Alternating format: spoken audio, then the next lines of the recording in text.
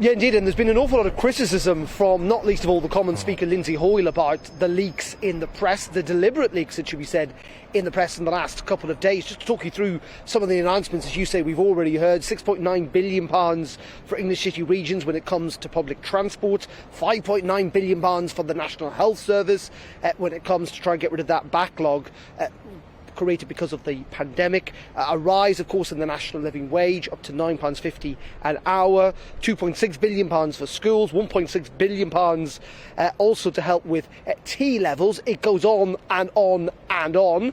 So you're right, when Rishi Sunak stands up at 12:30 just after Prime Minister's question time, you could well ask, what else has he got to announce? I think there are two things pretty outstanding. One is, how is this all going to be paid for? Yes, we know there are changes to the tax system, that national insurance hike, and the differences when it comes to the thresholds for income tax coming into place.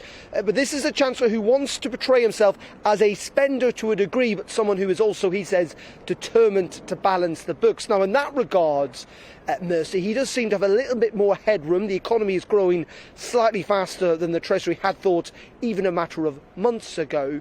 And then there is this second, much bigger question politically, I think, for the government around the cost of living. We know that inflation is going up, particularly energy prices.